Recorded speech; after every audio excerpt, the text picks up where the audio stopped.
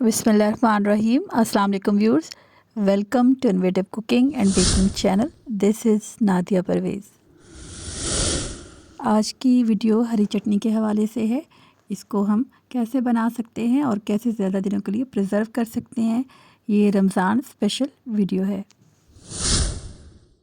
इसकी तमाम tips and tricks को फॉलो कीजिएगा तो इंशाल्लाह बहुत दिनों तक ये रेसिपी आपके काम आएगी।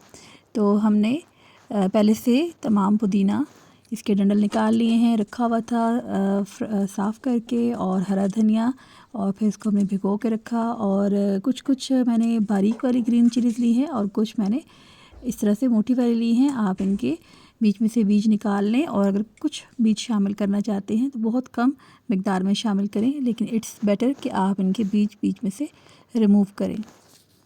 हरा धनिया, पुदीना, हरी मिर्ची, इनको लाजमी भिगो के रखें और उसके बाद इनको स्ट्रेनर से स्ट्रेन कर लें, और फिर हम इन्हें ब्लेंडर में शामिल करेंगे, और हल्का सा यहाँ पे हम पानी भी शामिल करेंगे इनको ब्लेंड करने के लिए।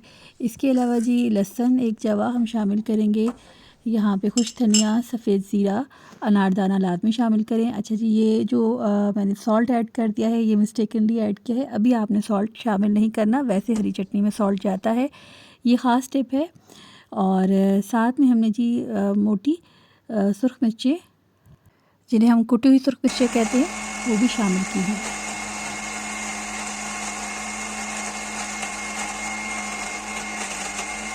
सॉल्ट इसलिए शामिल नहीं किया जाता कि इससे इसका रंग ख़राब हो जाता है। मज़ीद इसको प्रिजर्व करने का तरीका है कि आपने यहाँ पे इस तरह से कुछ कंटेनर्स ले लेने हैं। और मैं साथ आपको टिप बता रही हूँ कि अगर आपके पास ऐसे आइस क्यूब बॉक्स ना हो तो आप मज़ीद क्या कर सकते हैं, जैसे बिस्किट्स या इस तरह बहुत सी चीज़ों के डिस्पोजेबल बॉक्स होते हैं, आप उन्हें शामिल करें, और जिस मकदार में आपको चटनी चाहिए उसको साथ साथ प्रिजर्व कर लें।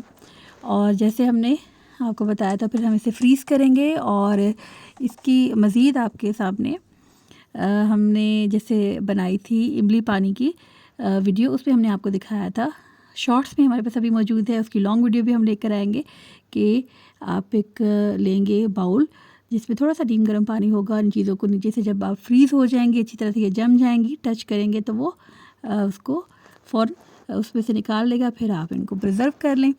तो इस तरह आपकी जो तमाम हरी चटनियाँ हैं वो रेडी हो जाएंगी, और बहुत दिनों तक, आप महीनों तक इनको इस्तेमाल कर सकते हैं। हाँ, अगर नमक शामिल नहीं करेंगे तो इसका कलर भी ख़राब नहीं होगा। बस ये दही मिक्स करें और इस चटनी को एंजॉय करें। मिलेंगे जल्द ही नेक्स्ट वीडियो में, और तब तक अल्लाह निगहबान।